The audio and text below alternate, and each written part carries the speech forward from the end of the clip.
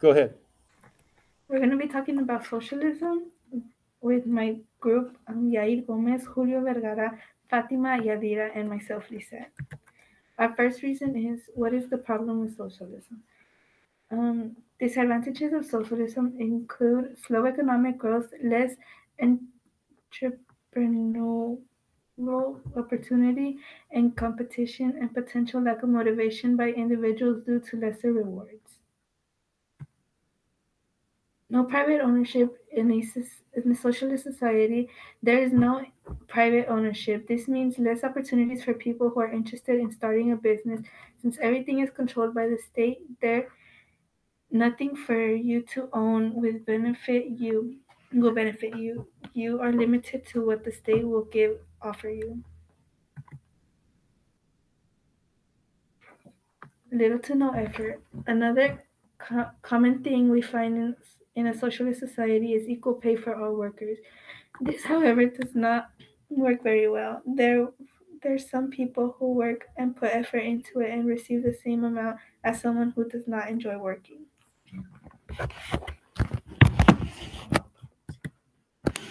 Reason for if the state is involved in corruption, the people may get even less. If the state controls all means of production, they may sell them to other countries, giving their own people their own nutrition as possible for the sake of making more money for themselves. This is another reason why it's very dangerous to leave the state in charge of everything. We'll never know if the state can be relied on. Reason 5. Social class. In a socialist society, it may seem that everyone is equal and has the same social status. However, that is totally wrong. All people may have the same social status, like being below the poverty line, but the government members are not with the people. They own all the wealth and does not distribute it to the people appropriately. We're basically working to make the government members more richer, receiving very little in return. Reason 6. And as the war progresses, there are very little countries adapting to these socialist systems, such as Venezuela and Cuba, as the majority of nations are capitalist and their economies have been growing in recent years compared to socialist countries whom many other nations do not want to trade with. In fact, they are sanctioned by other countries, clipping their economies. This is a very unpopular system.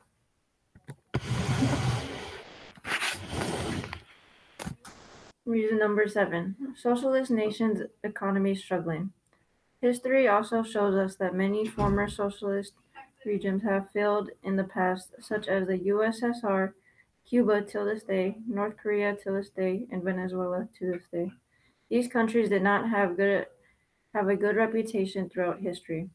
The USSR, Russia's economy is now struggling currently. The Russian ruble's currency value has plummeted, with now $1 being 75p. Before it was Russia, the USSR established tariff-free trading to others who had the same ideology as them. When you are imposing these policies, you do not make enough money to buy more capital to make these same productions. That is why there was shortages on goods at the end of the USSR. Reason number 8. No right to private property. If you are a person who likes their alone time separated from everyone else, you are in bad luck in a socialist society. All property is owned by the state, and it is illegal to own or sell property to people. If you do not have the right to own property, then there is no right to privacy under this system. Reason number 9. Capitalism is more effective economy. Socialist economies are weaker in general, as history tells us, past the region that struggled even more than those of who adopted a capitalist system instead. Mostly all nations have had adopted this system are much more sustainable than the nations who adopted a socialist system instead.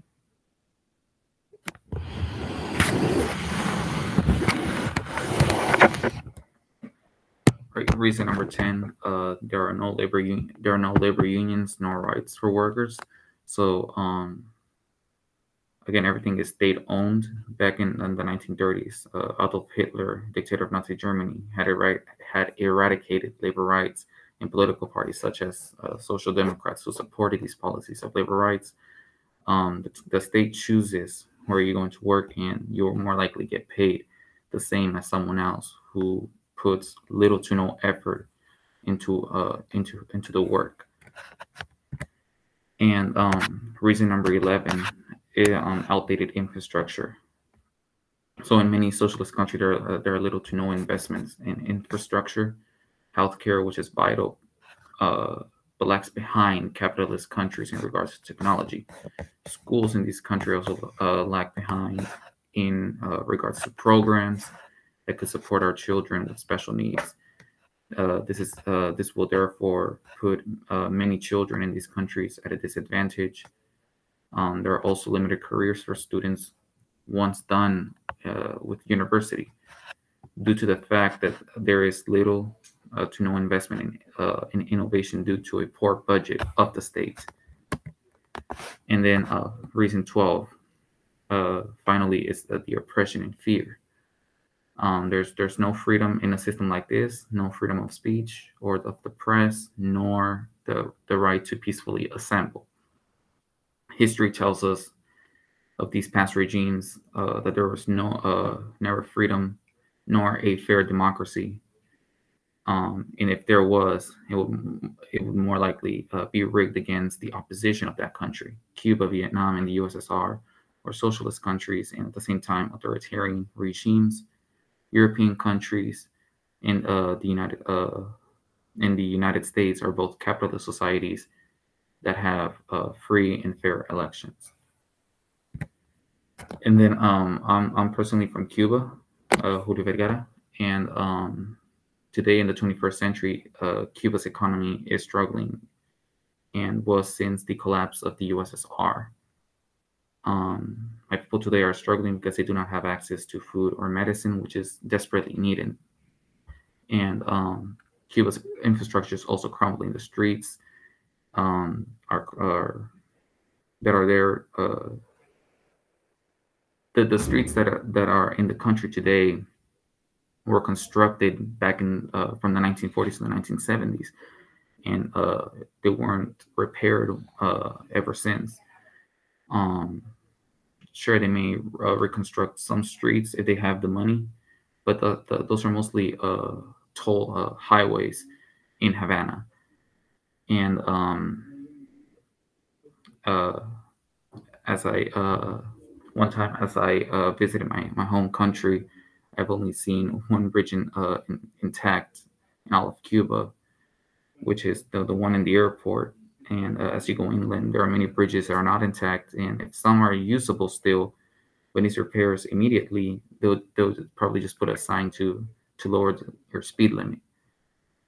Even when the United States offered to assist Cuba during Hurricane Ike, which is an example, in 2008, Cuba rejected the aid offered to them by the United States. Also, another thing, power outages occur in 3 to 5 times a month, maybe more.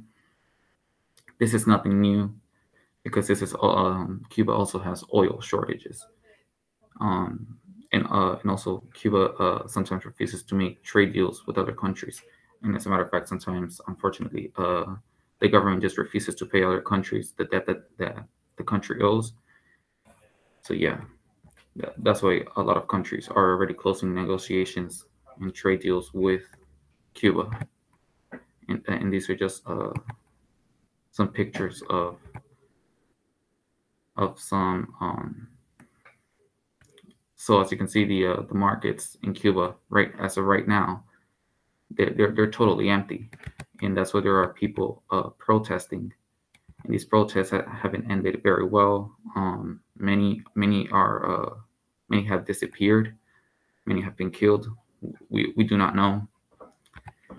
And this is just pure oppression from the government. When there are a lot of people that they need food and water and medicine, and the government doesn't do anything, it's unfortunate, the system.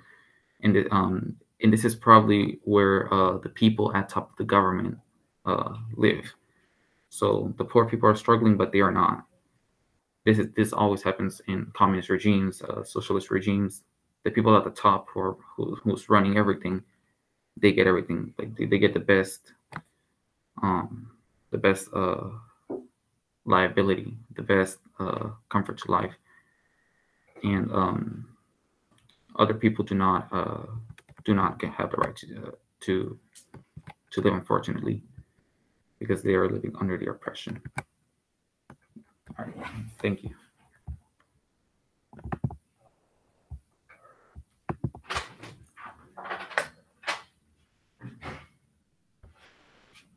All right, mister, we're done. Go, John.